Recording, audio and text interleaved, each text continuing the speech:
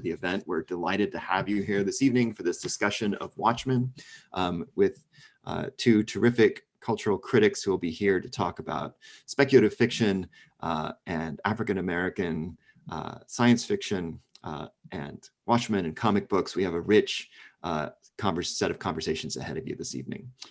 But because we're doing this all remotely, of course, I desperately wish we could be welcoming you to the campus of the University of Tulsa.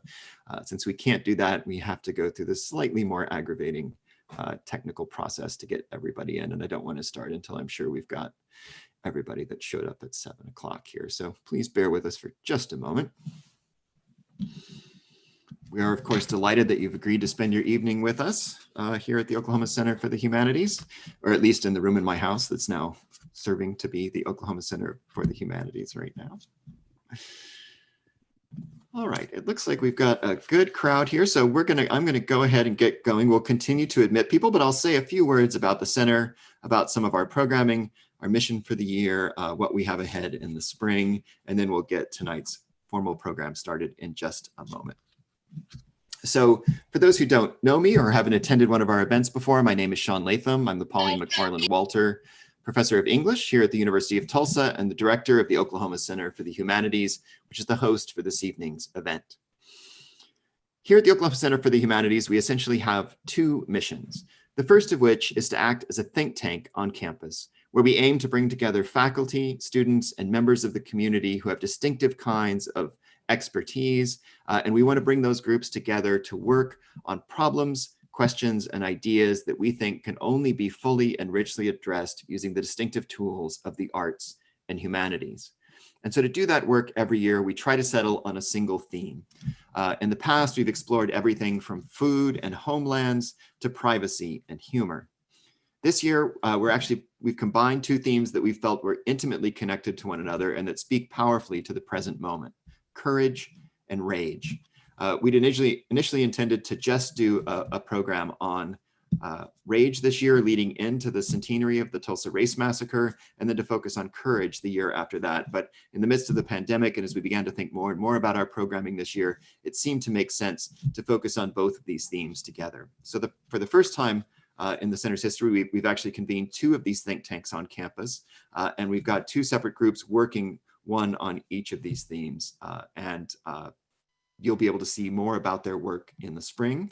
And you can learn more about the Humanities Center and about the work that they're doing on our website at humanities.utulsa.edu. Now, in addition to that research work that we do on campus, we also host between 30 and 35 public programs every year, including the one that you're joining us for this evening.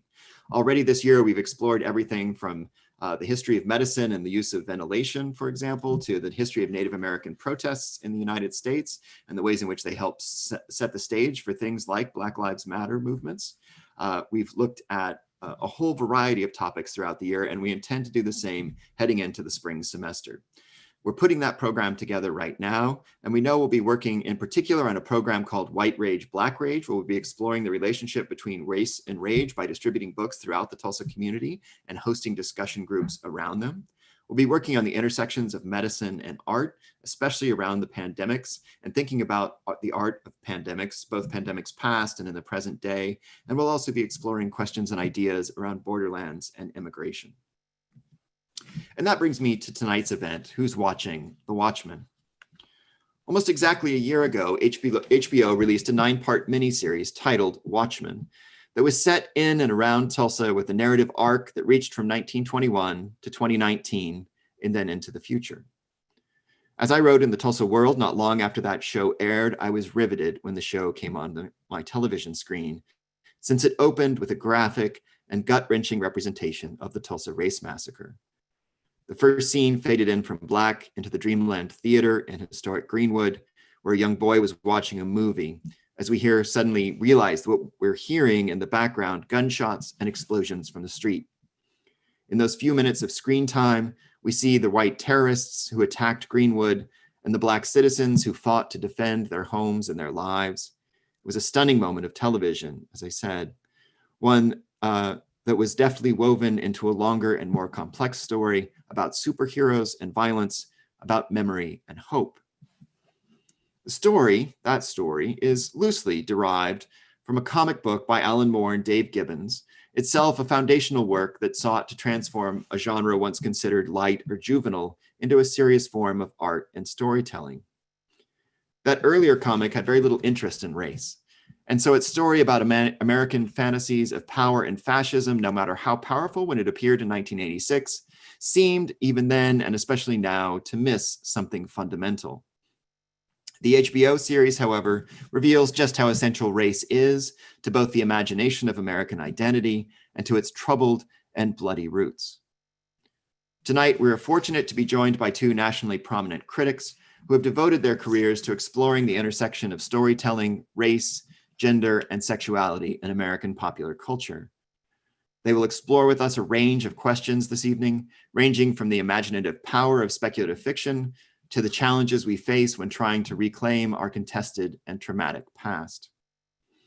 Dr. Rebecca Wanzo is professor and chair of the Department of Women, Gender, and Sexuality Studies at Washington University in St. Louis, and she's the author of The Suffering Will Not Be Televised, African American Women and Sentimental Political Storytelling, and most recently, The Content of Our Caricature, African American Comic Art and Political Belonging, which explores the role of caricature as a tool of both satire and disempowerment. Her work has been published by the Huffington Post, the LA Review of Books, and CNN as well. Dr. André Carrington is Associate Professor of African American Literature at UC Riverside, and his 2017 book, Speculative Blackness, The Future of Race in Science Fiction, is a daring and lively study of how race has shaped speculative fiction from Star Trek and fanzines to Buffy the Vampire Slayer and Harry Potter. I've actually taught from his work in my own science fiction classes here at the University of Tulsa, and so it's a particular pleasure to welcome him here this evening. Currently, he is at work on a new project about Afrofuturism, and with artist Jennifer Camper, he hosts the biennial Queers and Comics Conference. Now, before we get going and I turn things over to our speakers, I do want to say just a few words about the format for this evening's event. As I mentioned at the outset, we've turned your cameras and your microphones off as you come in to just make the whole process work a bit easier. But the chat window is available to you, and we urge you to make use of it throughout the evening's event. If you're new to Zoom or haven't used it much before, you can just kind of hover on the bottom of your Zoom screen there and click on chat. It'll open a window on the side, and you'll be able to see a conversation that will unfold throughout the evening. The chat will be moderated. We'll be keeping an eye on it. We want you to engage with us. We want you to ask questions. Sometimes the speakers will be asking questions in the course of their presentations. I'll be asking questions in the course of the evening as well. And you should feel free to add your questions at any time. Please don't just hold them for the end. We like to see that kind of interactivity here. It is one of the great things that this medium does allow, even if we're not able to be together in person. And to help sort of maybe inspire, encourage you to participate if you haven't done so before, we've purchased several copies of the original Watchmen comic, and we'll be sending them out to the first group of people that make a comment or question in the chat. And in fact, to get things going, and I can see this is already happening, I'm delighted. We've clearly got some people who've been here before. We'd love to have you just introduce yourselves briefly in the chat. Tell us who you are, tell us your name, tell us where you're from, and maybe what brought you here this evening. One of the other great things that we've learned about the Zoom format is, unlike our in-person events, which were always of necessity had to be focused on the Tulsa community, we're now able to reach a national and international audience for this. And I can see we have people joining us from around the world here again this evening. It's a pleasure to have you all here. This will be a panel conversation tonight. First, just a conversation among the speakers themselves, and then we'll invite all of you to join in as well in a conversation that I'll be moderating, as I said, through the chat feature of Zoom. So with that, I would like to turn things over to Professors Carrington and Wanzo. And Andre, I think you're going to be the one that leads us off with some preliminary comments. So it's a pleasure to have you here. You can't quite hear us all clapping for you, but I assure you all 80 people that are here so far, I'm sure are clapping wherever they might be in the world. So welcome. Thank you, and welcome to everyone who is in attendance. Thanks for introducing yourselves. And I want to thank Sean and also Tara for welcoming us. I want to thank my colleague Xenia Kish for making this connection and forwarding the reach of American studies. And I want to thank Dr. Wanzo for being in conversation and for your work broadly, which has inspired work that I've done and been a rich, site of dialogue for the topics that we're both interested in. Both Dr. Wanzo and I are going to talk a bit about fan cultures and the reception of Watchmen from Black perspectives. And one of the ways that I wanted to lay that groundwork was to talk about the starting point for Watchmen that to me leads into the thematic question that I think makes it different from the comic, different from the Zack Snyder film, and different from other representations of the legacy of the Greenwood massacre in Tulsa in 1921 in other forms. Um, the line early on in the series, "Trust in the Law," that we hear through the intertitles in the silent film about Bass Reeves, the Black Marshal of Oklahoma, in a scene set in Tulsa while the massacre is going on, while one of the characters' mothers is providing live piano accompaniment for this silent film. That line, "Trust in the Law," I think is kind of an ironizing key concept for the engagement between Black people as a public, as sort of a set of epistemic interlocutors, thinking, knowledge producing people, and genre as an analytic and an organizing principle in culture. This is a theme that I return to in my work over and over again. And I think that by starting off the series with the question of trusting in the law, we're, as the audience, set in relation to what that maxim means to us. If we're readers of speculative fiction and comics, we can think a bit about how we suspend our disbelief when we enter into narratives where we know some of those laws and rules are going to be held in abeyance or altered. If we're approaching this text, "Trust in the Law," with the idea that it's principally a remediation of other texts like it, then we have to think, what is the law? Is the law the fidelity to the original version of this story? Is the law a relationship to the truth claims made by representing real historical events and real people like Bass Reeves? Or is the law a set of moral or ethical principles that we're supposed to bring to our interpretation of what we see on screen? Do we trust in the right that is, meant to be done, or the justice that's meant to be achieved or vindicated by the story? Once the tone is set for trust in the law, I think as this overarching question throughout the series, we have in a way the board set for how we'll conceive of the different characters' relationships to that set of questions and the way that they're staged to engage with it. What is fascinating is that as we see this long-lived main character, Hooded Justice, early in his life before he is who he is, and later in his life after that period is over, when we see him in childhood internalizing an ironized, really an aggrieved, a wronged relationship to this notion of trust in the law. When we see that in the beginning, we already have, I think, the basis for disappointment in it. We know that that's not a destiny that's going to be fulfilled by the things that he goes through as a character, as a hero, and as a witness to the development of all of these myths about heroism that he's going to experience and participate in. We also have in his story, and in another version of this story of that relationship to trust in the law, the character of Sister Night, who we're anticipating is going to show up and is going to be the anti-hero of this version of Watchmen. And we already have the stage set in a way for her inability to trust in the law and her obligation to wear a mask in order to perform the value of being able to trust in the law. Sister Night, Angela Abar's alter ego as police, both has the law on her side as long as she wears the uniform, as long as she becomes the kind of adult that she can become with her upbringing and her background, and as long as she has a mask and a costume when policing takes on the form it does in this story. But at the same time, Angela Abar, this character, has a relationship to power that's very different from trust in the law. When she has a mask and can hide her identity and keep her family safe, when she can keep her identity and her memories, her background concealed, she has access to a certain kind of power that requires the disavowal of those things, right? She's not just any Black woman. She's not even this particular Black woman with a peculiar counterfactual relationship to American history, but she's the police. And in disguise, she can kind of disavow these disempowering things and take hold of a kind of power. But she also has another kind of power that she has to disavow through her relationship to the character that we come to understand as Dr. Manhattan.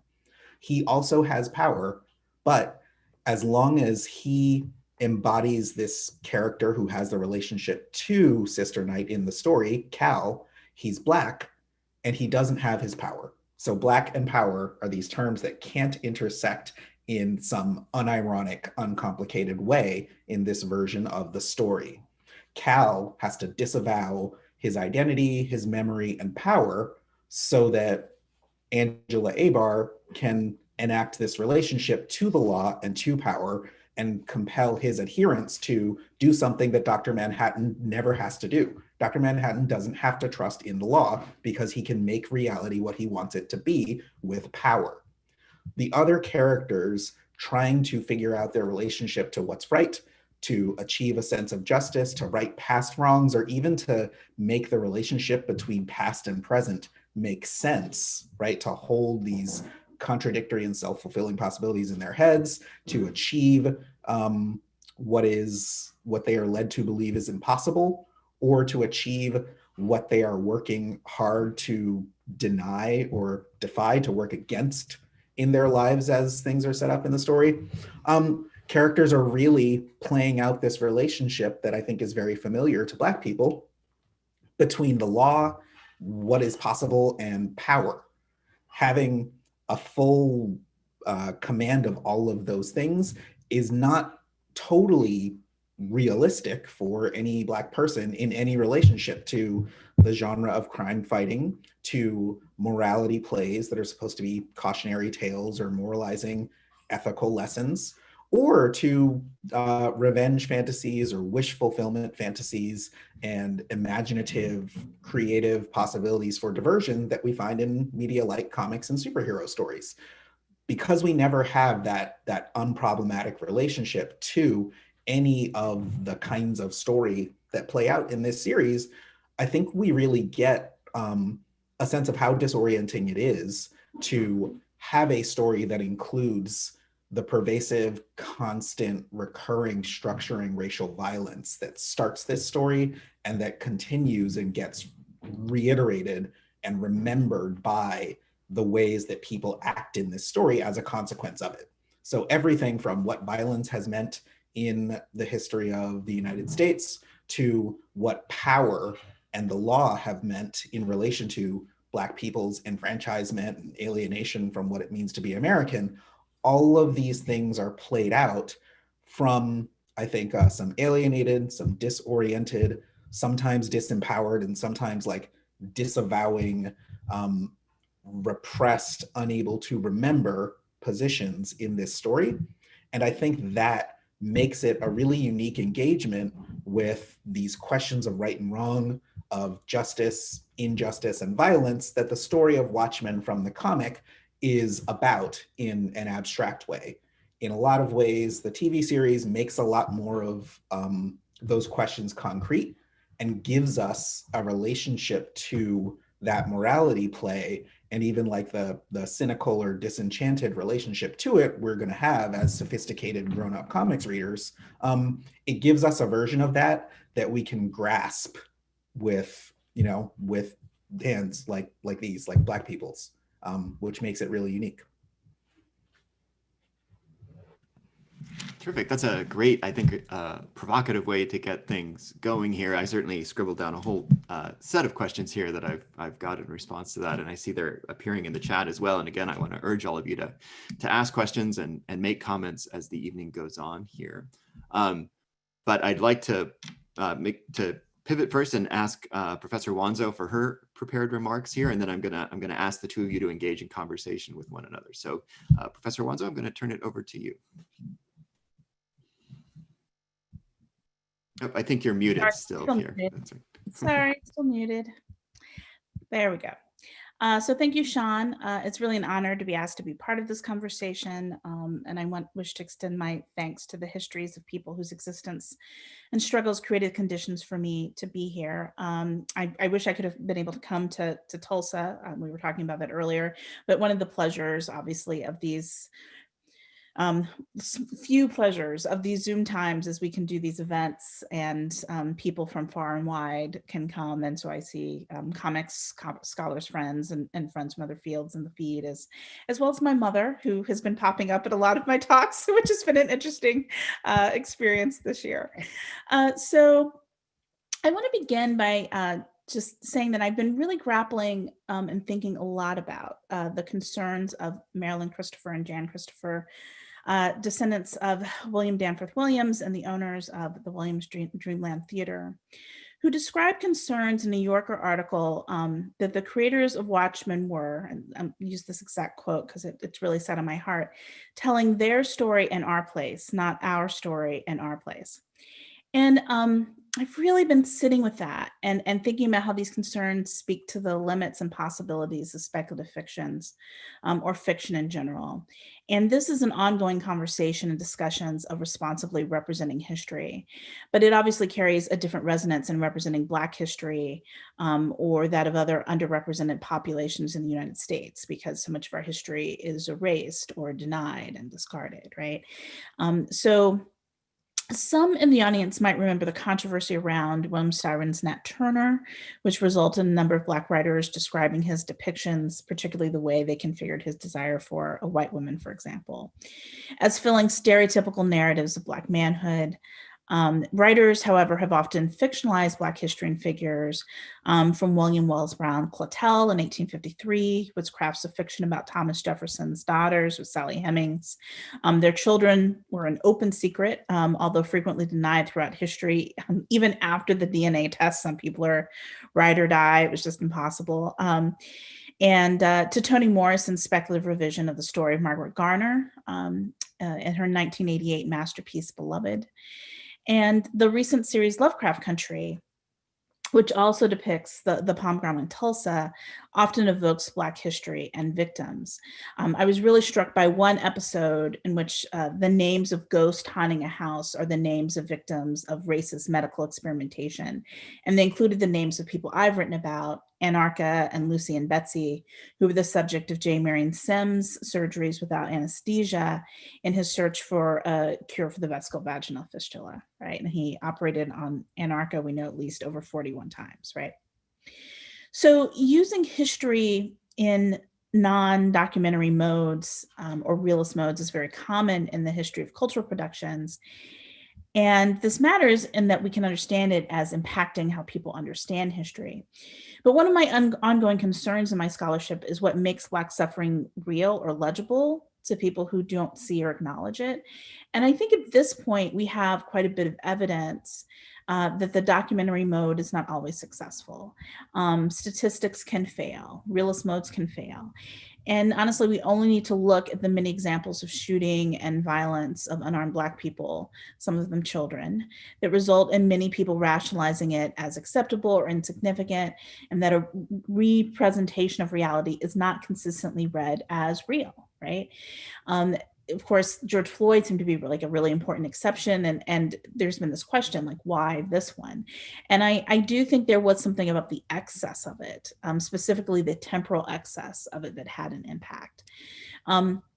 Which brings me to my interest in melodrama and the sentimental and the speculative and all these sort of modes that aren't seen as realist.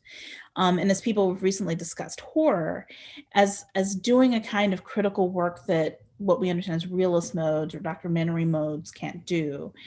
And that these kinds of modes can make us see Blackness differently.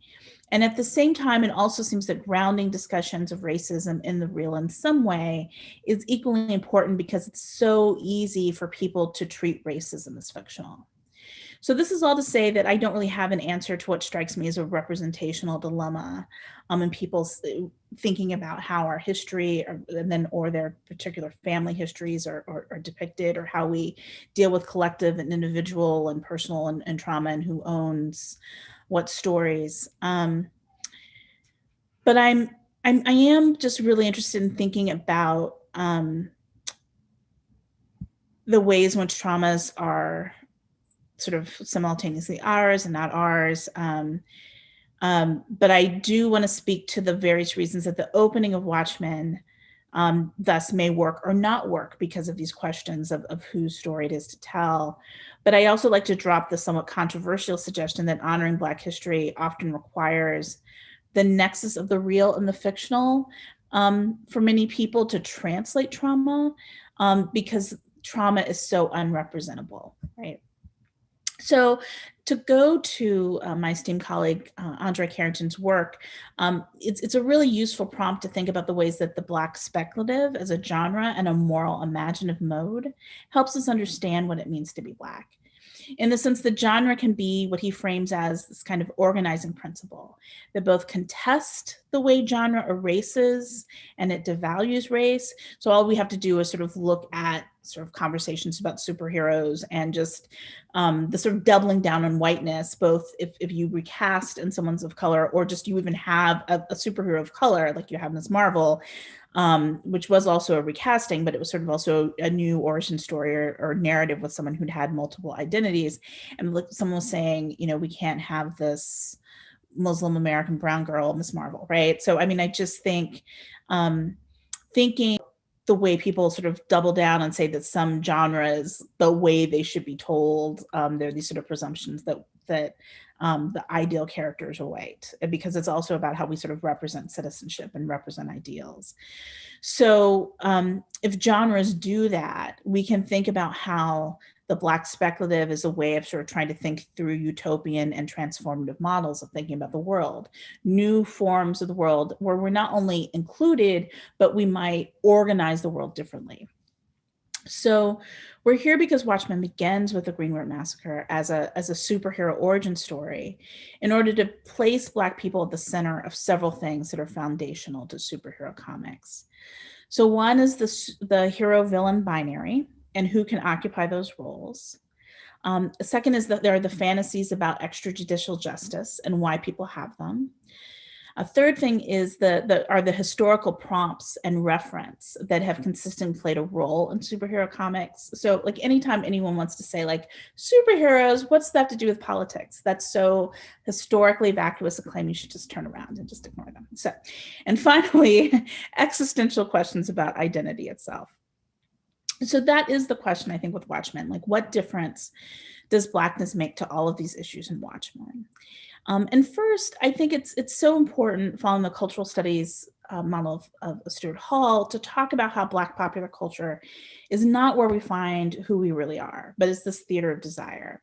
And the desire for Black folks to see ourselves in generic representations that often exclude us, but that also might, by all their essential conventions, make a truly Black version hard.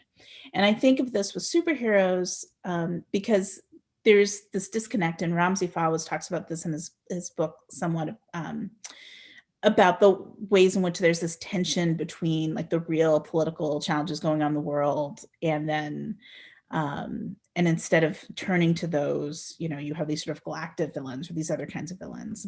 And he has a sort of utopian vision for how we might see that happening. But I've argued elsewhere that one of the really irritating things I find about the introduction of Black Panther is that after he takes on his big arch enemy, he's like, I don't know what my purpose is in the world, you know.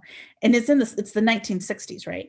And the Fantastic Four says, well, oh, we'll tell you what to do. Like, you can join us. And you think that he want to be participating in these global freedom struggles going on, right? And I think that one of the things is, Professor Carrington mentioned who did Justice does, and it's such a revelatory moment when we had seen this character and we don't know this character's identity in Watchmen.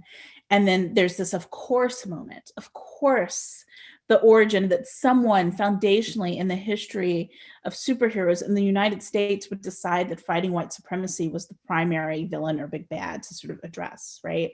And it's this sort of slippage or erasure. So it's sort of writing Black folks into understanding how we can be foundational and not tangential, right? And so that brings me to the extrajudicial point. The intervention of Moore and Gibbons' Watchmen was to position superheroes as problematic vigilantes serving this problematic nation state. So heroes working outside of the state is really common in various action genres in the US, not just the superhero. And the show continues to trouble this through the figure of Laurie, who's an older version of the character Silk Spectre from Watchmen, who's a retired superhero who says that people wear masks because they have this trauma. So that's evoking like Batman, for example. We know how often superheroes might have had trauma, not always, and that they might have something to hide. And so that makes it difficult to tell the difference between heroes and villains. And at the same time, our Black protagonists hide their identities as heroes because their lives have been threatened by the state.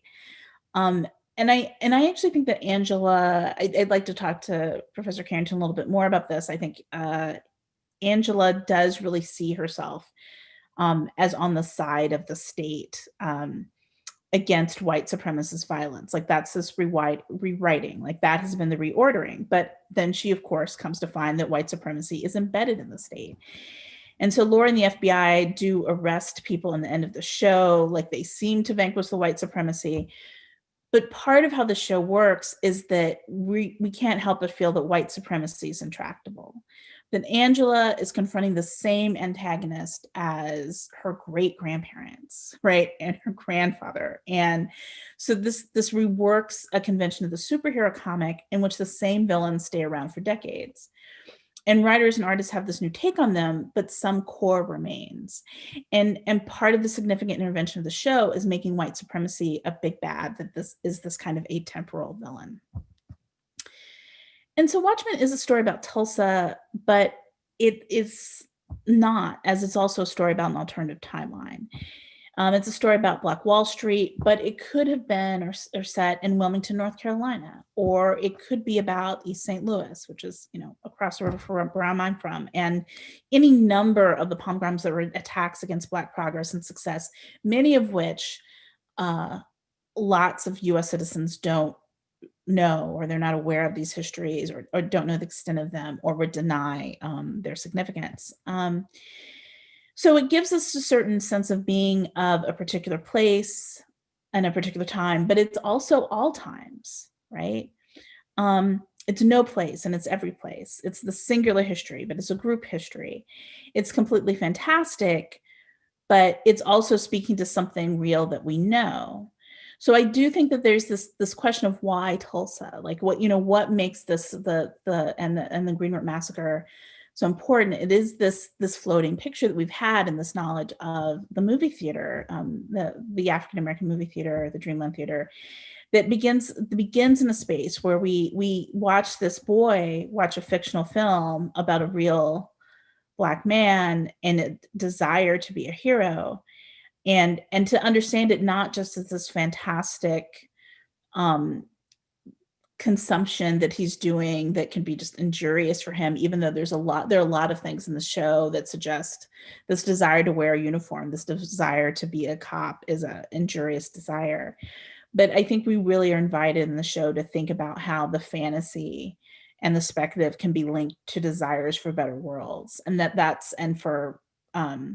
the impulse for the speculative, that's part of what we can start to see differently as a generic mode when we focus on the Black speculative. So that's all I have to say right now. That's terrific. And that is a great deal packed in there. I really appreciate that. And I think gives us the ground for a terrific conversation moving ahead. So the way we've imagined the format here for at least the next 30 minutes or so is to have Rebecca and André in conversation with one another around some of these topics. And so I'd like to give you guys that opportunity, and we might even start with this one set of questions that I think has appeared in both, or one set of motifs that I've heard in both of you, and that really strikes me when I watch the show and I've taught the comics over the years, is this idea of masking and hidden identities. I'd love to hear from both of you a little bit more about the role of that, especially since when Hooded Justice puts on, his mask, he has to black up his eyes, and he's clearly trying to pass as a white superhero. And Angela Abar's sort of most traumatic discovery in the show is discovering that there's another mask that's being worn, right? The mask of mask supremacy. She discovers the KKK mask in Judd's closet. And so this mask motif seems actually to me quite a bit more complicated than what you usually see in superhero comics, because there's never quite clear if there's ever anything below these masks. And so I'd love to hear just how both of you think, both in relationship to the genre and in the ways that you've set it out, Rebecca, and into these sort of questions of trusting in the law, how this motif of the mask is working in the HBO series, and maybe how it's sort of how the comic is connected to that, or how the TV show might be departing from the comic, which the comic, for those who've read it, know that they treat that mask as sort of a fetish object, really. And that's one of the things that the comic is sort of laying bare, is all of the sort of really childish fantasies that underlie the superhero, and it embodies that in these, often in the masks that the characters themselves wear. So do either of you have thoughts about both Judd's mask, that's the mask that Angela Abar discovers in Judd's closet, as well as the way all of these different masks worn by the police, worn by the superheroes, work in the show?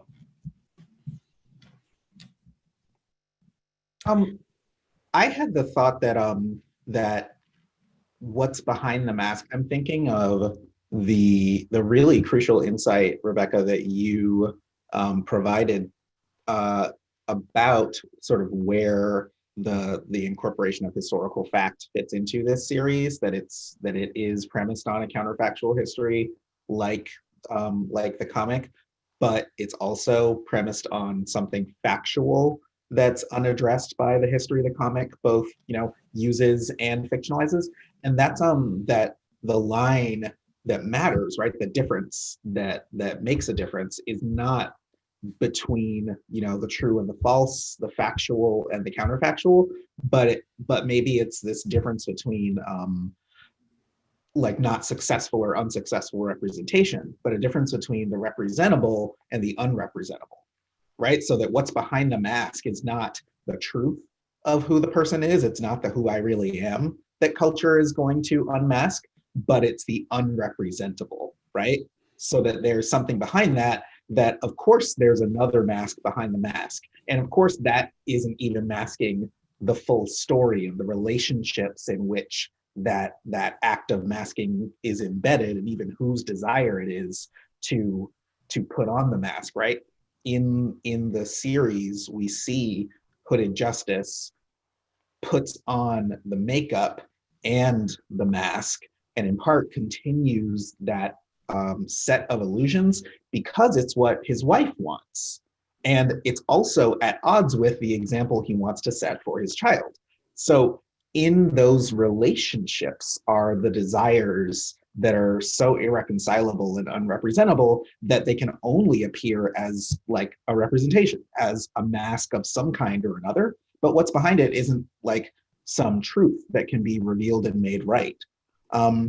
I think that that's some of the work that the masking is doing, and is some of what is going on with the characters sort of always knowing that their masks are not like concealing who they really are, but that they're kind of the consensus, like, look, we're all on the same page, right? Like, we're all behind masks, aren't we? And that's kind of it's the price of the ticket. It's how you get in, is you must be presenting a mask. And I feel like that has to do with the fact that there isn't some line between fact and fiction that, as you point out.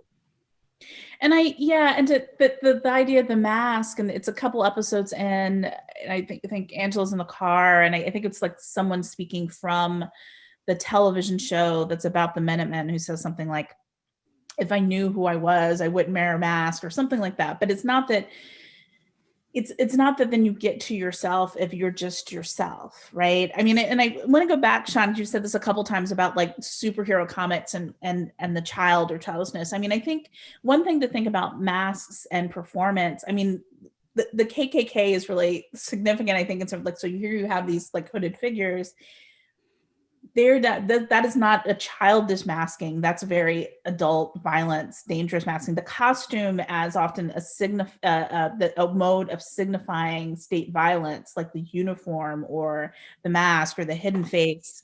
And then, you know, one of the things you get the feeling of when he's sitting on putting that white makeup on is minstrelsy, right? You have the sense, so he's putting on this white makeup, then to sort of, and then putting on the hood, and then this layer putting on the news. Like there are all these layers in which he's both hiding and telling people who he is through performance and masking. And so if we think about that, again, going back to the idea that superhero comics consistently, going back to like lots of the scholarship that talk about Superman, for example, this immigrant narrative and sort of ideal citizens, and thinking about Jewish creators and what kinds of stories they were trying to tell about the US through comics, right? That superhero comics have always been sort of saying something about citizenship, right? They're and what it means to be a citizen, and what you hide, and what you try to reveal, and how do you negotiate these things. And what binaries look like. So even though we have these ideas, there are a lot of superhero comics that have a lot of sort of thick binaries. There are also just been so many examples over the decades, but particularly after that hard break in the 1980s with Watchmen and Dark Knight and a whole set of other comics that came like, you know, post that, right? That superhero comics are trying to work through both the pleasure of this, right, and the anxieties around it. So the best, I think, superhero comics often do that, and it's because they recognize that this performance of putting on and taking off and hiding is a way of being, right? And then what does that mean in sort of racial context, right? In Black context in particular, where hiding Blackness or disclosing Blackness has these like risks, right?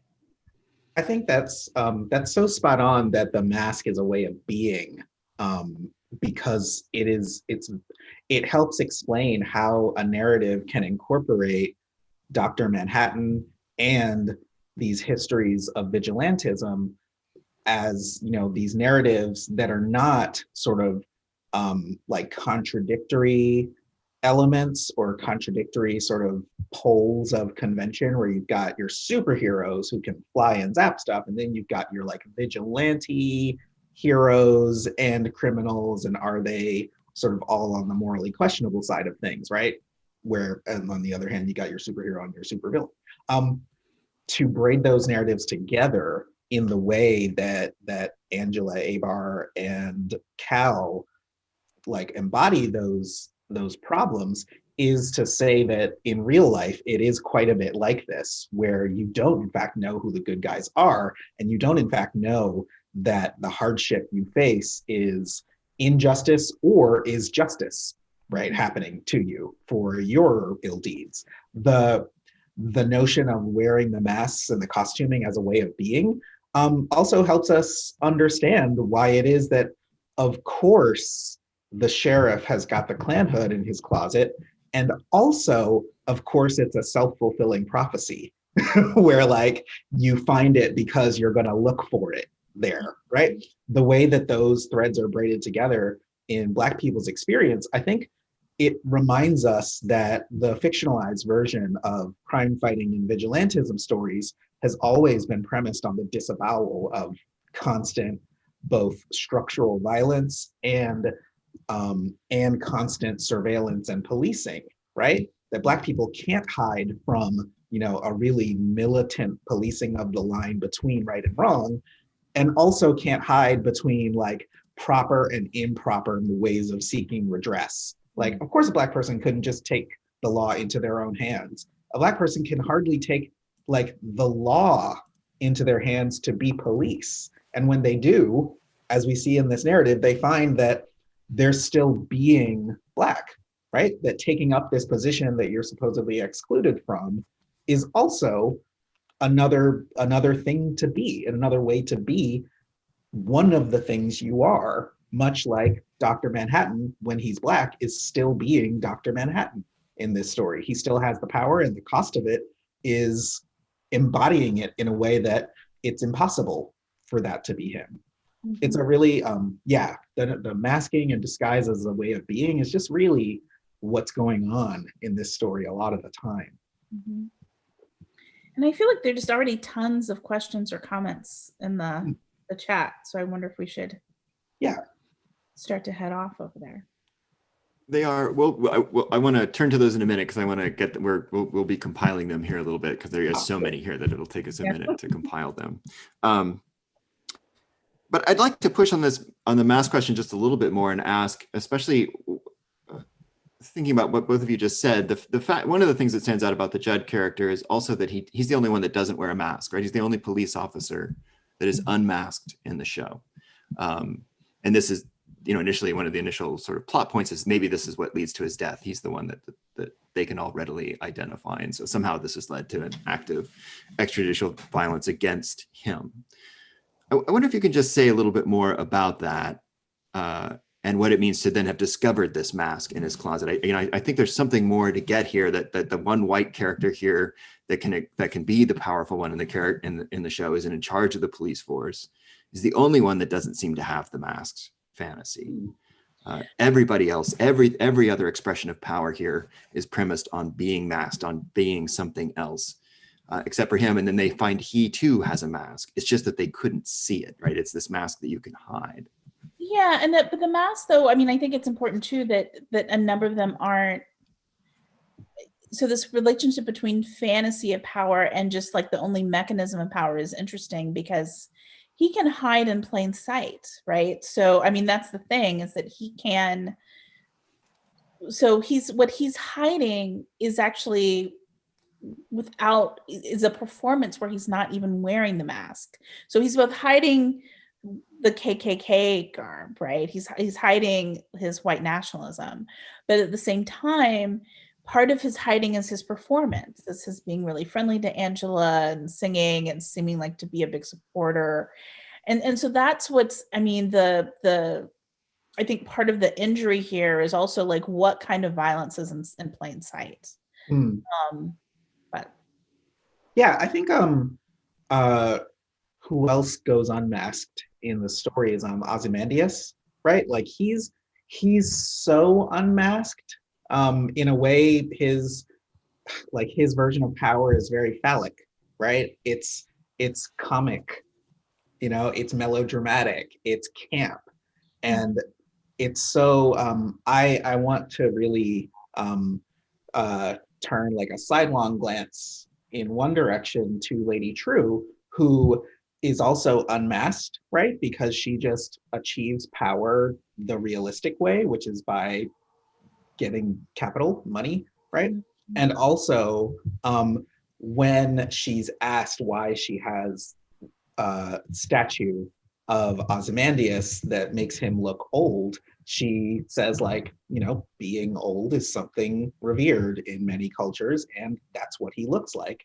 And it's because it's really him encased in gold. Like, that's why he looks like that, because that really is true.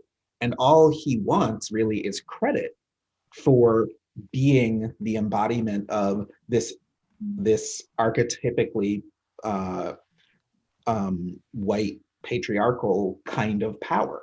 That's so plain and so it's so unnecessary to mask it. But even the notion that he's sort of like beset by having to be concealed and removed, that's such an affront to him that the grand scheme that he enacts is to bring himself back and attain the prominence that he feels entitled to. Mm-hmm. So I think there are a couple of things going on. There's desire that produces masking, and then there's the masking that's like that's contrary, that frustrates desire, right? Because Ozymandias is like nothing but power and nothing but desire, and what he least wants is to be behind a mask, is to need to be unveiled. But he has to be unveiled because he's been forced into occlusion instead of being sort of like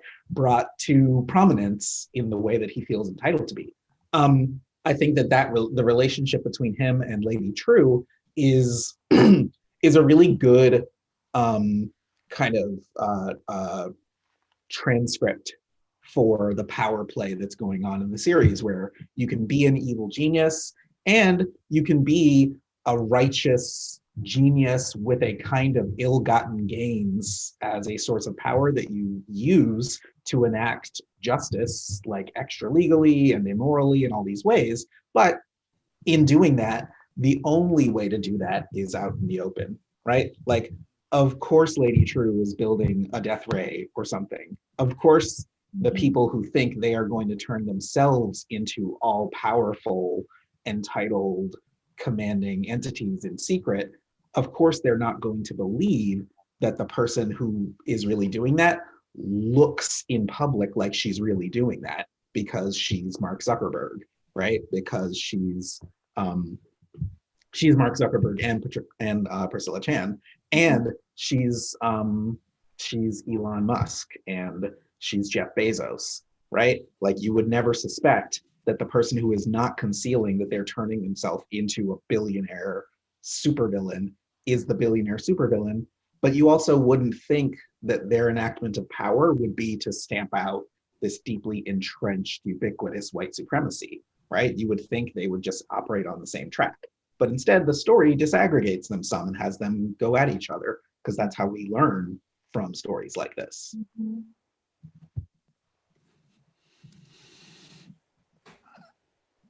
Yeah, I think that's really interesting. I do want to turn to all the questions here in the chat, which are pouring in, but I have at least two more I'd like to put to just the two of you here. And one may come off this, again, I want to stay on this question of masking and identity at least a little bit longer and return to something that you said at the start of your talk, André, about the sort of problematic figure of Dr. Manhattan here, who is in some ways the only actual superhero in the show. If by that we mean someone with superpowers or extra human powers, and the same is true in the comic as well. And of course, you say when he's embodied, to be embodied in the black body, to be in the show means that he's also giving up his power. I would love to hear both of you just reflect a little bit more about how that character is working here. Why does this show that's so willing to, in some ways, rethink the entire Watchmen universe, why does it want to cling to this sort of core of the sort of superhero fantasy, that there's somebody that can remake reality with superheroes? The show that otherwise wants to be so gritty and think so hard about racial justice and show us the Tulsa Race Massacre in the sense that no one's coming to save you, right? That this is going to, these scenes of violence are not redeemable by superheroes. That one of the things we have to live with is these facts, these brutal historical facts of suffering and violence. But the show still wants to give us this idea that maybe there's this savior figure. And crucially, he's a blue guy, right? He's unraced by the show. He's unraced in the comic. And because he sort of floats above everything, like human identity is not a thing. He worries about time, history. These things are meaningless to Dr. Manhattan in the comic. I'm not sure that's quite as true in the TV show, but I'd love to hear more about why you think, amid all the things we've said about the comic, the show still wants to cling to the superhero savior narrative, and how his I guess his ambiguous relationship to race is sort of one of the pivots maybe on which the story tries to turn. I mean, I thought that like one of the things in the comic that we see and is often an issue they sort of work through in superhero comics is Dr. Manhattan was too powerful, right? So like when someone who's too powerful, like that there have to be some kind of limits on superheroes for like the sort of plot to work. Like it produces certain kinds of problems, I think, both narratively and just like how they're positioned in the world, how they relate to other people. So that was sort of, so and power also meant he was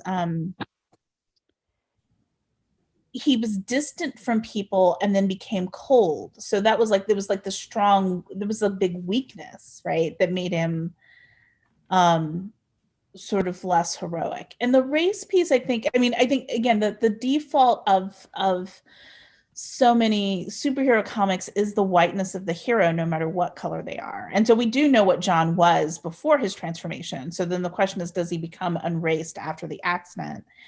And I think there are a whole bunch of things in the logic of Watchmen that still would read him as someone who still exists in the logic of sort of Anglo supremacy. And part of it's about like his I think a kind of Western approach to thinking about sort of identity and time. There's something going on there. And so him becoming Black and Watchmen was actually this huge thing. Like it was as like Kristen Warner had like said in this like relatively dead, it was like such fan service for a certain kind of fan. Like it's just like, oh, he gets to be the Black man. Because and part of the fan service is the disruption of the presumption of who he is and was, right? Like and also the choice of him becoming Black and it not being something to be bothered by. Like, I mean, I read some commentary where someone had said something about Angela not showing Cal's body, like, because it was something about, oh, she didn't feel like she could say what she wanted or something like this. But I always interpreted that as sort of a complexity about what it meant for her to ask him to embody a Black man, and knowing that there are certain kinds of things that he would experience if that's what he chooses, right? Or if that is what he embodies. So the commentator didn't think about that, like, what does it mean to choose Blackness, right? So, I mean, I think there was a lot, like the show was really a racial disruption, like on so many levels. And I think with Dr. Manhattan, that was one of them. Yeah, I agree very, very strong with that notion that what makes it so powerful is that it is in part that he chooses Blackness, right? That Dr. Manhattan both, he exists beyond choice, right? Because time and causality don't have a meaning to him that has difference, right? In it, it's not a thing. There is no sense in which he could choose or not choose, right? But in order to create a space in which choice factors into it, that choice belongs to someone else and is made for him, which is wild because like nobody can make a choice for Dr. Manhattan, but Angela really is forced to enunciate that choice, right? He knows that that's what she's going to choose, but he has to elicit it. And so in a way, the power that he has to compel, events that are already like foreclosed, the fact that it takes that form because Angela was going to choose that. And she really did have to face, the belief for a moment that she would have to repress that possible choice. And then to find out like, well, this is what it's going to be, right? Yeah, and can I say that also, like the thing, like the swoon nature aspect of this is that Angela as a character is so different from Laurie and like previous partners that feel foreclosed by Dr. Manhattan, that gives them less agency. Yeah. And there's something that they can't grow, they can't become, they can't change. But then you put this Black woman in Watchmen, and like he loves her for what she already was and knew she would be, right? It's this thing like she doesn't have to prove herself, she doesn't change, she's already this thing, that this person we should admire. She was already someone who makes such choices and is going to fight despite the sort of the lack of possibility that they will win. He loves her for what she already was, right? And will be at the same time. It is this sort of profound articulation of why she is this Black woman can be desirable because of her extraordinary ability to have agency, which I just found, again, fan service for a certain kind of Absolutely. I think it is both. It's both her desirability being possible in this story and her ability to be desiring that is really fascinating. Because like, how can you? It's one of the dilemmas in a superhero narrative where the superhero, really with the vigilante kind and with the superpowered kind, right? Whether it's Batman, who is too difficult to deal with as a human, or Superman, who's impossible to deal with because he's not human.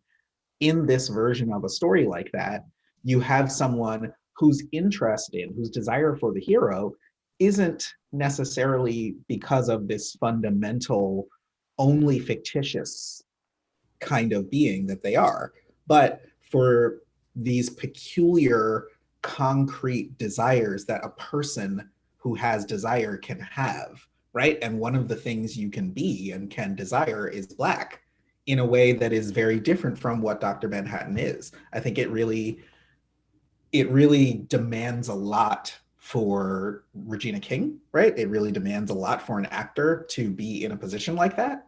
And it demands a lot for characters to interact with someone whose motivations deal with the fundamental tasks of the storytelling, right? Like, can we even show people that this is what happens? Can we throw them this curveball where they have created a self-fulfilling prophecy that's going to set the hero on her quest up until that point? I guess. And they have to be good enough at doing it to pull it off. Mhm. Mhm. Well, and with that in mind, let me ask you this question about then how each of you reads the end of the series and the decision not to continue to the series. Right? I mean, there is some sense in which you could read. I mean, you know, at the end we have this question: does Angela Abar have Dr. Manhattan's powers as she sort of, you know, steps onto the pool at the end?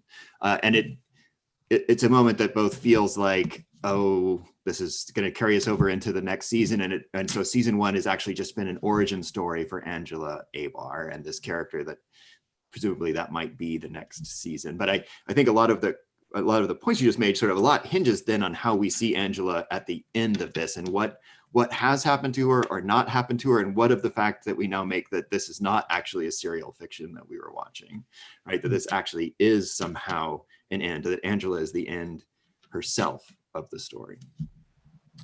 Yeah, I mean, I've written about this, that I feel like it was, I mean, what is it, what we get? I mean, I don't think it's actually ambiguous at all that she has his powers. Like, they give her his multiple cues um, throughout the series, from, I mean, with the egg, and then him sort of explaining how he could transfer his powers, and et cetera, that she could get them. And then you sort of give, you know, when the ultimate, like, walk on water, like the sense that she has, you know, a god walks into a bar, that, you know, we have the sense that a bar now is like, a god is now in a bar, Angela Abar. And so they tell us, they don't have to tell us everything. Like, they give us almost everything to sort of, like, to put the pieces together. And then I think then the question is, like, what is the thing that we want in the second season? Like, I mean, it's like, I mean, I think, yeah, we could see her being a god, but I mean, I think that part of, like, the Dr. Manhattan issue always was, like, how, like, the god sort of forecloses certain things. I mean, I felt that they gave us an ending. I think that anything after that series was, would have been disappointing. Like, I mean, I think it gave us so much closure in its own way. And I'm someone who was so deeply bitter with Lindelof with Lost that I thought I would never watch a show he ever did again. But with both The Leftovers and this, I feel like he's learned how to sort of, you know, figure out what he wants to do with ambiguity and endings and still provide closure. Like, he's figured out how to do it, to me. And he said that he, you know, the version of Watchmen, because this is, you know, there's the whole mode in comics of the what if story, you know, other people could do Watchmen and, like, do a version of this, like, of what he did. Like, what if they took seriously, like, the Vietnam aspect of this, or what if they, you know, did other things with this, they took up other pieces of the story. um you know, I think I felt like it ended satisfactorily for me. Yeah, it showed us exactly what it wasn't showing us by ending with the scene that it ends with. And that in its way is kind of like, it's as if it's unsatisfying, but it really is, because you know exactly what you're not getting, right? You know the beginning and middle, and so you know, oh, well, if this is the middle, then that's obviously the end, right? then it is kind of wrapped up. I think that the thing that's compelling to think about is that it isn't serial, that the story is self-contained in this way, and that makes it a lot like the comic, right? Where it has a story to tell and it goes about telling it in a storytelling format that is very unlike a lot of the comics that it draws on. That because it doesn't have the indefinite seriality, it doesn't have the same problems that accumulate in the kind of storytelling that comics like Batman and the Green Lantern and all of that do, where this dilemma plays out once and then it plays out again and then it plays out again. At the least, the series gave us like television's version of that, where you do tell what appears to be a self-contained story that's very novelistic, that's very cinematic, and to the extent that it has an end, it's the kind of end that only becomes open-ended once you kind of give it another end, right? You have to open it back up, and in that way, it's it's in a good place. So if you wanted to come back to it, you could. Mhm. Well, with that, I've got some specific questions actually about Tulsa, but I'm sure some of those will come up in the chat here, and we have lots of questions here. So I want to start with one that perhaps goes to this question of endings, because even in what you were just saying, Andre, I was thinking about if white supremacy is the supervillain here, isn't there a sort of problem with saying that there's an end to this? I mean, I think there might be some ways to have pause here, and this is captured by at least one of the questions here that says, I'd like to hear more about the speaker's take on what I saw about the lack of conclusion on police brutality in the show, an issue that seems to be really important in the earlier episodes, but is not much addressed in Angela's arc as it progresses. Rebecca, you had said early on that the way that white supremacy is set up as the big bad in the series sort of brings issues like this to the fore. How do you think of that? I mean, I do think that white supremacy,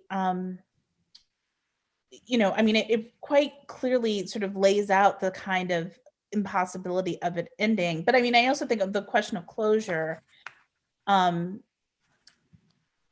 Even if the show is also about her fighting white supremacy, there's a way in which, we inhabit our lives despite those who wish to destroy it. So the fact that we can have narrative arcs and identities and stories, despite the fact that there is something that atemporally exists there, because we, to quote Baudrillard, Lord, we were never meant to survive. There were certain kinds of things that are always sort of pressing on the possibility of Black life and thriving.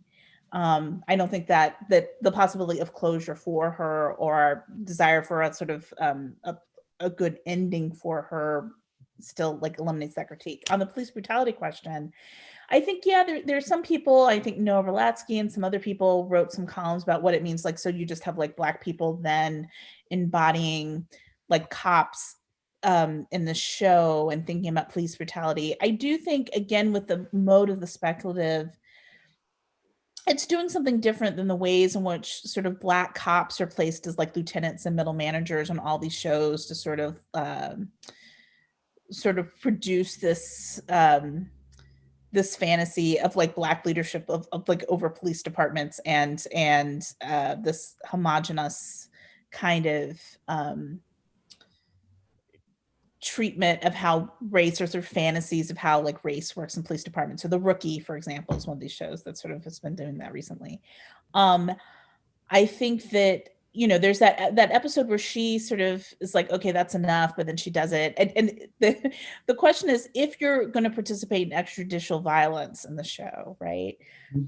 You're like, okay, so here are white supremacists that are trying to kill you, right? And so it is a show that is, there are tensions around that and about what it means to enact violence, particularly if you're sort of functioning as, a police officer. And then as the show moves on, then when you see the white supremacists are embedded in the state, then it's like she's fighting something that she also inhabits, right? So it becomes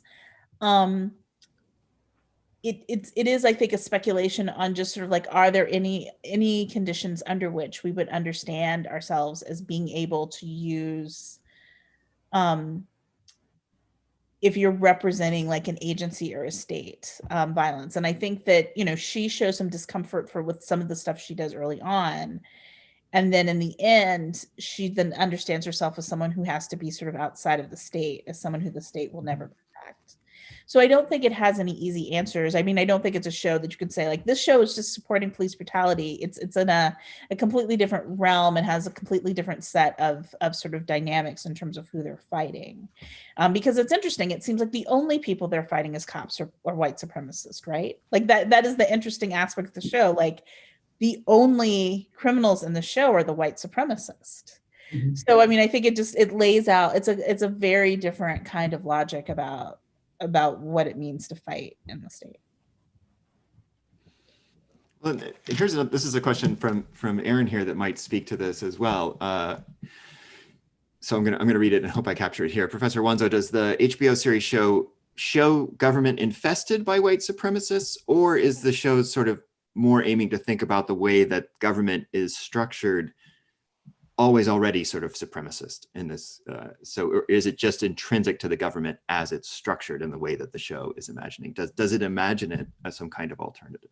Well, it doesn't necessarily tell us enough about that, but I mean, I think that we could say yes to both. It is both a place where white supremacists can go, and then it also structurally,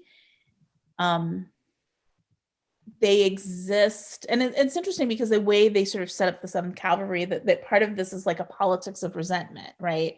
But then we also know that the president and other people are involved in sort of this whole conspiracy. And I mean, I think, again, you have with the speculative always a grounding in the real and the fantastic at the same time to help us think through like imagined possibilities. I mean, I think given all the things we see in the news right now and these sort of conversations about people, say, who are drawn to white supremacy or a white supremacist who are being recruited into some of these militias or going into the police. And then can we say like, it's just, that's they're infiltrating it, but also are they going there because it's a space that already creates conditions for them to thrive, right? Both seem to be true.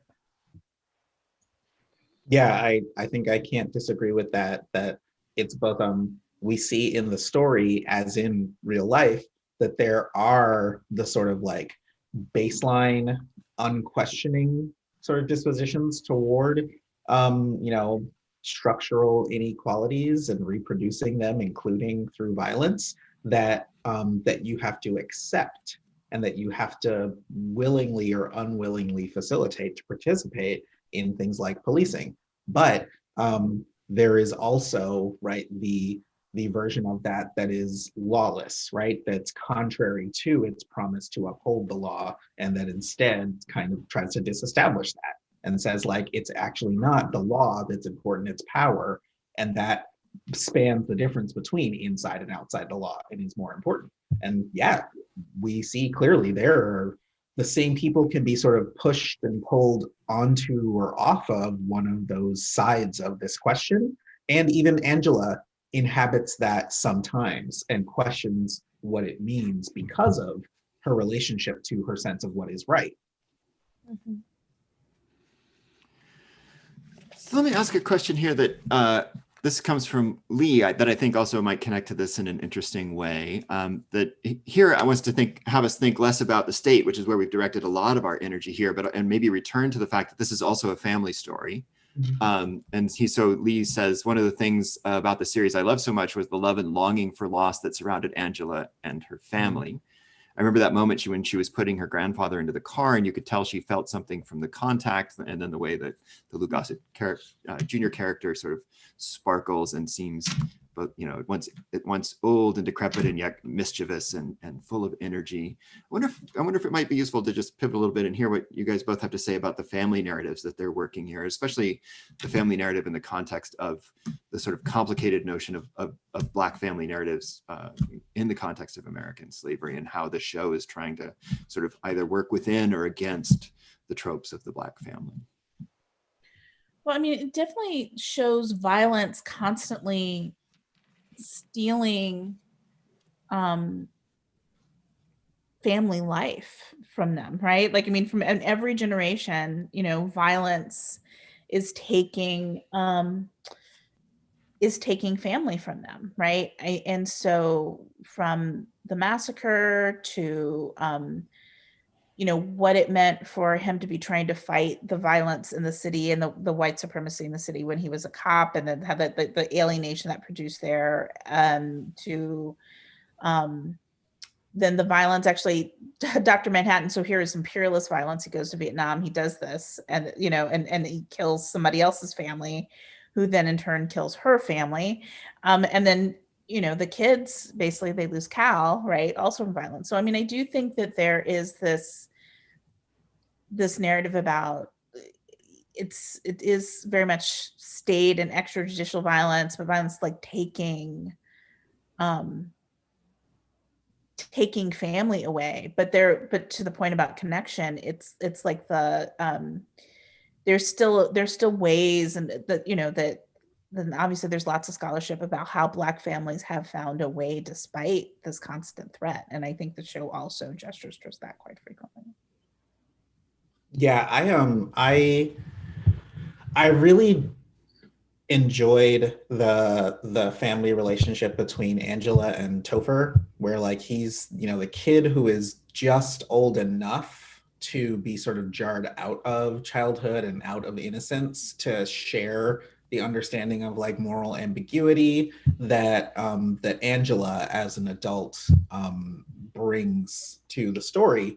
And he's like, the slightly shorter ground level perception of that. And the care that he has for his siblings is really amazing. It's a really smart way to incorporate how not unique, how much of a pattern and how essential an understanding of moral ambiguity and failure and a desire for justice is for people like Angela and for her grandfather. And they encounter it and enact it in all of these spectacular ways, but really until the pieces of the story start to come together in the plot as the series moves forward, the kids they're protected from it, right? And so as the kids come to understand the spectacular parts of it and piece that together, we get a sense of what it is like to be a knowing person, to be a sensitive and empathetic and vulnerable person,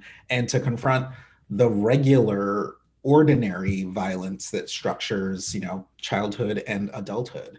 I think that one of the things that that family relationship does in the story, and that Angela and Cal's relationship allows us to see because they have these white children, is that we know those children don't have a white innocence.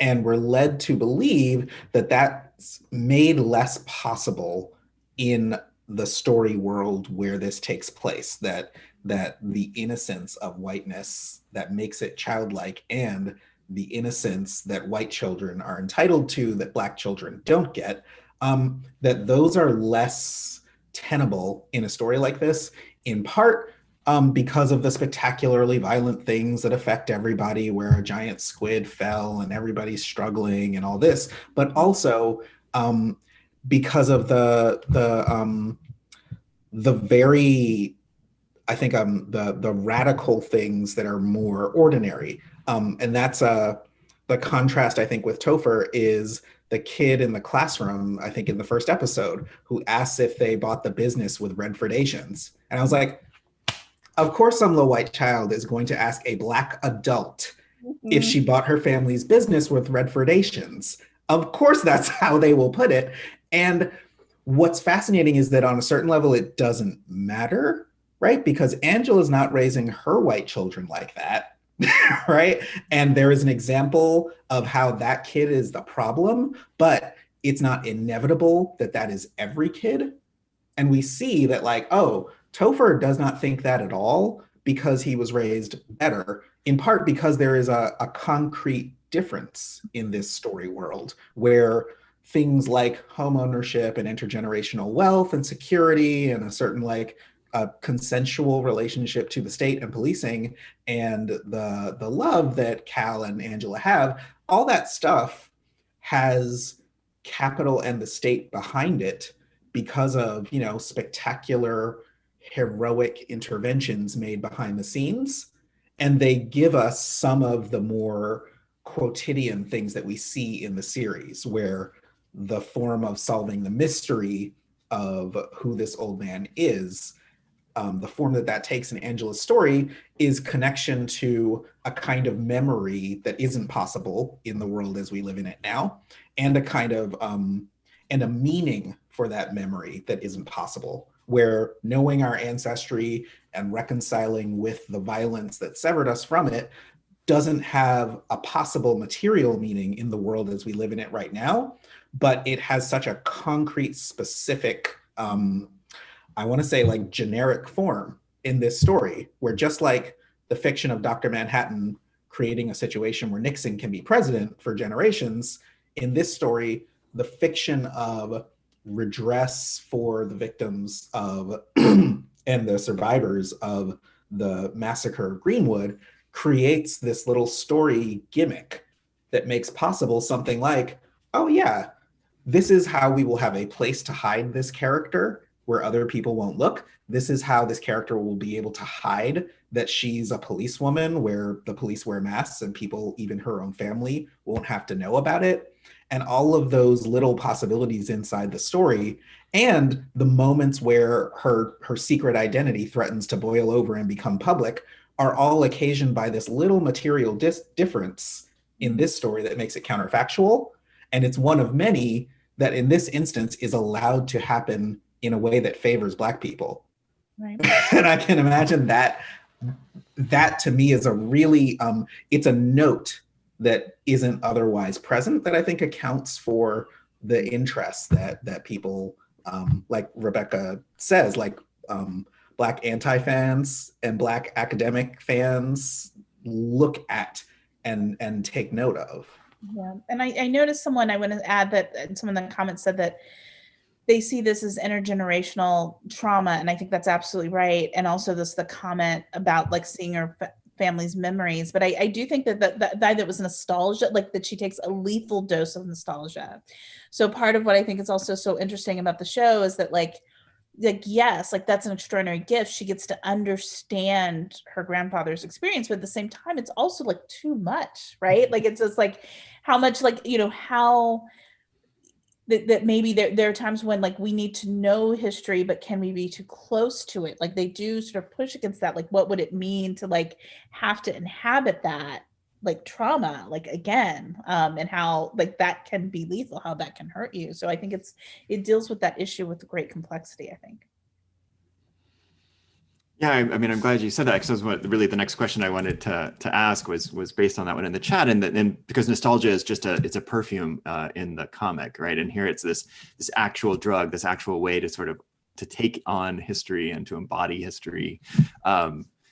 So, yeah, I mean, I'd love to hear even a little bit more about what you think about that particular change, and about, I mean, I definitely hear what you're saying about that sort of this notion of this lethal dose, but it's essential to the show, right? Like we take the nostalgia, and the nostalgia is the only thing that gives us the narrative that makes the whole show make sense. So the memory has to be built into it. We're taking the drug by watching the show.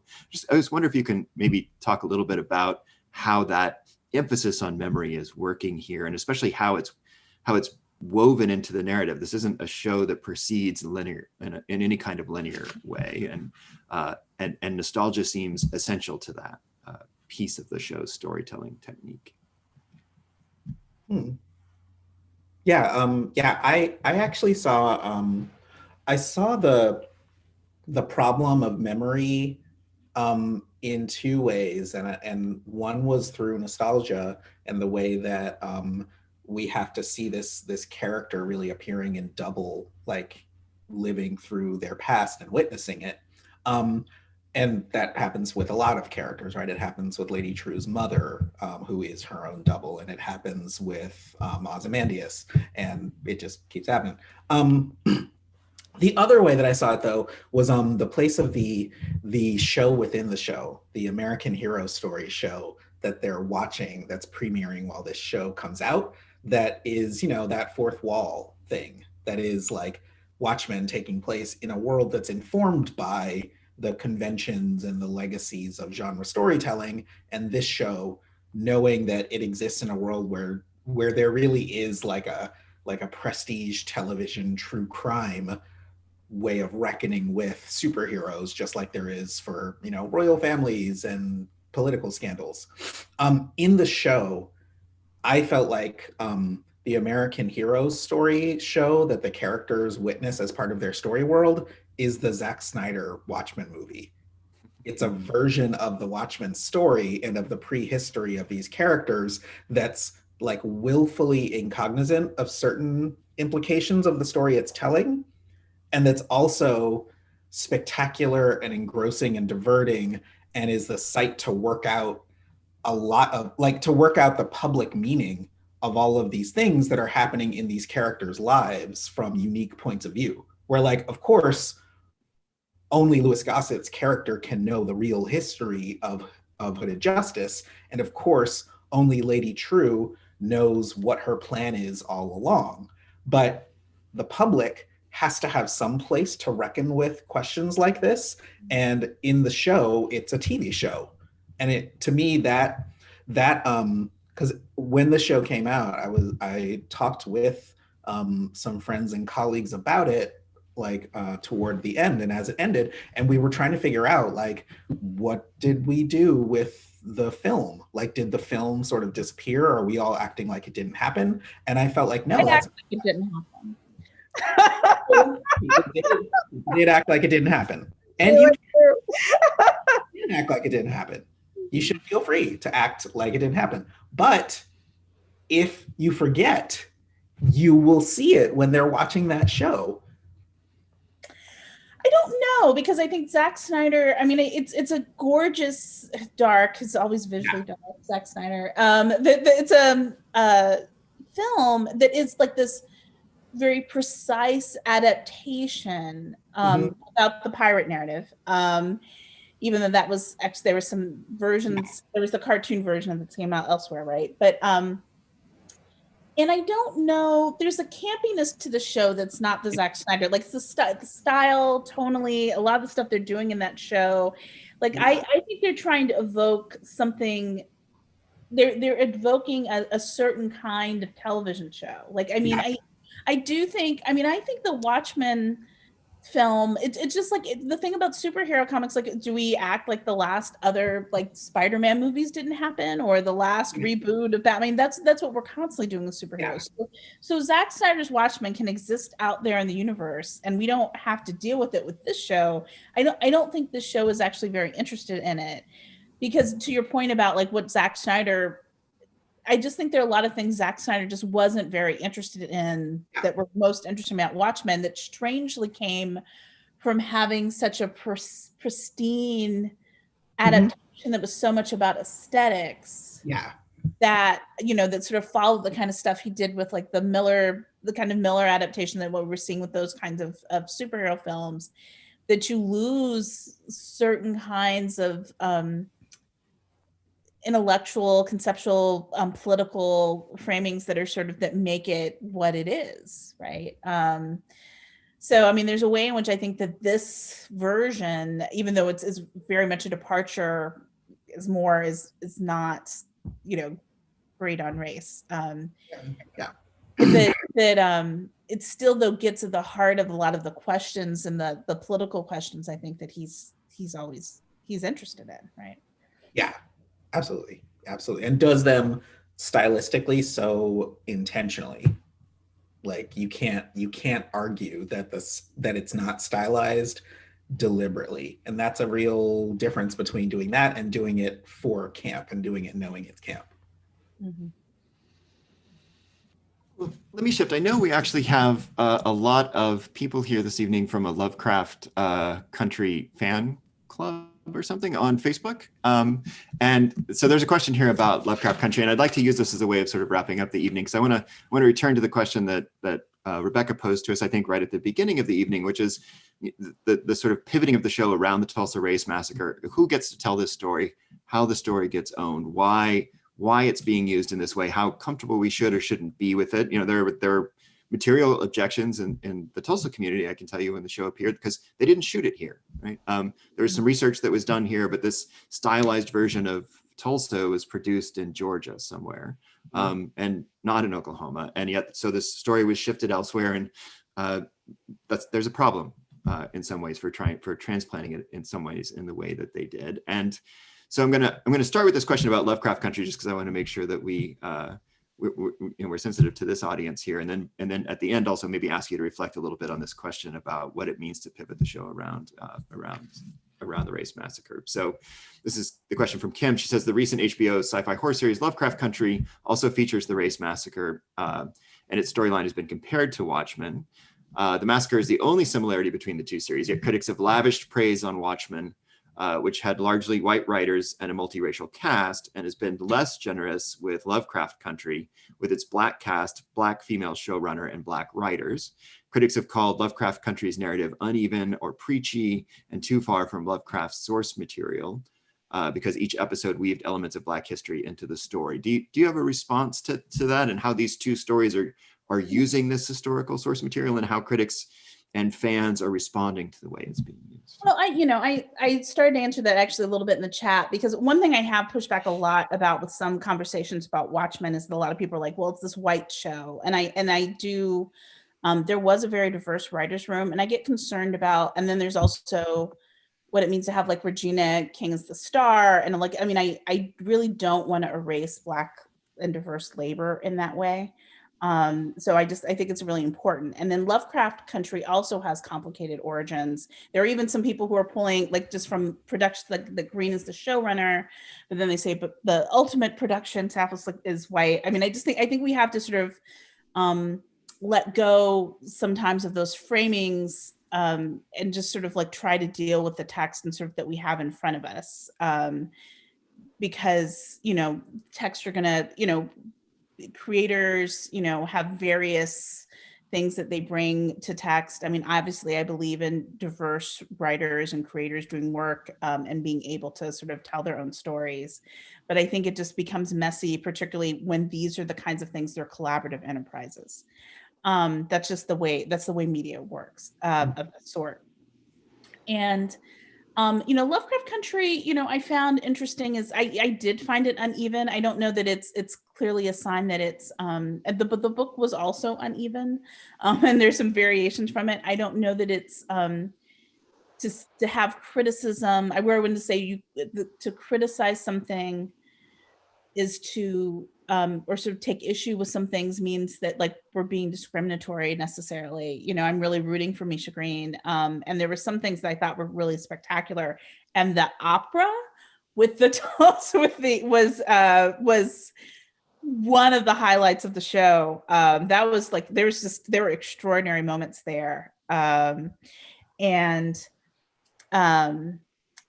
just extraordinary. So I think that the question of going back, I mean, these were my comments. I don't know what we do with, so history is here that writers, creators often make use of, and they feel an obligation to reference real history. And then the question is like, how do they do it in the best way? And then if your mode is the speculative, obviously you're not going to do it, in a realist way. But then you have the things like the conditions of production, which you're thinking about in terms of like where you film and things like that.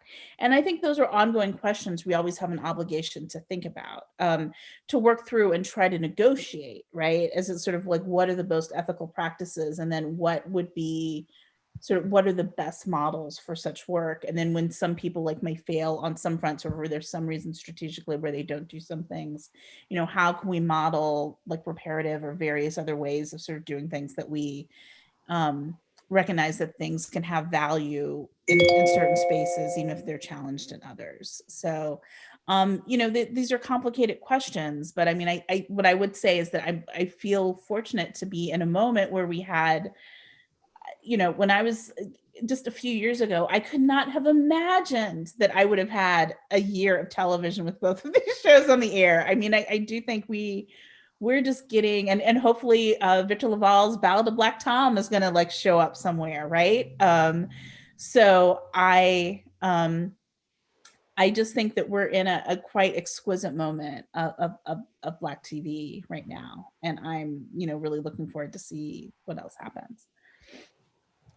Andre, maybe I'll give you the last word here because we are just a little over 8:30 already, but I'd love to hear your response to this question, and especially to go back to your opening comments about trust in the law, and to think especially about Lovecraft Country and Watchmen, and the difference maybe between horror and superhero or sci-fi, and just to go back to some of the things you were saying at the beginning about the uses of speculative fiction, and maybe how these two shows are speculating in different kinds of ways using different kinds of laws.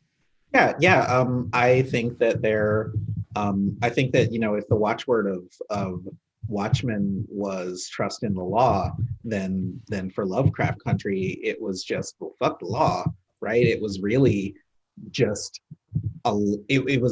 it's all like, if Watchmen is dealing with all this superego and stuff and law, then Lovecraft Country was just all id all the time, because it's all the monsters and all the viscerality and all the desire, and it's the moments where it's really beautiful are so intensely confrontational and painful, and that horror does that, which is why I'm bad at it. But in doing that, we get like a really, I think we get really the value of what Rebecca pointed out, which is that this difference in how you mediate real and imagined subjects in history and in people's lives, whether you take the facts and stylize them and represent them with a sense of obligation to the truth, or to your relationship to the person to whom that truth belongs, whether you do that or you do something else, I think it's the difference between those aims and those modes of address and what the level on which you're relating to people, right? If you're trying to turn their stomach, or if you're trying to make them cry, or if you're trying to make them behold, like those different aesthetic responses and situations that are about different ways of representing things in different genres are really different from like following different rules or different laws. And yeah, they give us a lot of imagery and a lot of relationships, right? They require different kinds of work, some of which are deeply unsatisfying and off-putting, and some of which are like totally blow your mind, intense, engrossing, and feel right. And yeah, I think that producing that range of effects and that range of harms and possible like sites of repair is really good work to be invested in, right? If it can find ways of achieving the things that we find valuable in it, and if we can sort of spell out like what it is that makes this unsatisfying, where did this fail, who did it didn't fail me, but how did it fail you? Oh, word, what provides redress for that? Like opening up that space is really good to have many ways of doing that work. Yeah, I mean, I find both of these comments are really sort of interesting and inspiring way, really, to wrap up the evening. As Rebecca was just saying, that this is, yes, these shows may be failing or succeeding in different ways, but the fact that we have a new set of new kinds of failures that we can have because we're finally sort of grappling with new kinds of stories that, as you said, we can have things like Lovecraft Country and Watchmen both come out in the same year and at this powerful moment, and give us an opportunity to grapple with new modes of storytelling, and also, to grapple with the concrete facts of history here in Tulsa, of course, but also within the larger history of the United States and in the world. Just this seems like an exciting moment, and we're very grateful that the two of you were able to join us this evening and help us think through these fictions, help us think through maybe some of their limitations, but also the incredible power that they've got. And the invitations that they seem to offer to all of us as well to imagine and think differently. I think this has been a terrific evening. I'm grateful again to both of you, and I'm certainly very grateful to all of you for joining us this evening. it was a terrific turnout from the crowd. I'm sorry that we couldn't get to all of the comments in the chat. As you can see, we have hundreds here, so there was no way we'd be able to get to all of that, but I hope it gives you a sense of just how much energy there is around these topics as well, and how much this is the start of a conversation rather than the end of one. So Rebecca and Andre, thank you very much. Thank you. It's a pleasure. It's a pleasure. Thanks Make sure everyone you for coming. grab their books, follow them on Twitter and on social media, look for their work. It's fascinating to follow. And of course, I urge you to follow us as well at the Oklahoma Center for the Humanities, or to visit us at humanities.utulsa.edu to subscribe to our newsletter and find out more about all of the events that we host here as well. You can find that link here in the chat. I hope you all have a good evening. As I said, it was a pleasure to think and chat with all of you. And we look forward to welcoming you back to the center when our programming resumes in January. So in the meantime, please take care of yourselves. Please take care of your communities. Thank you all.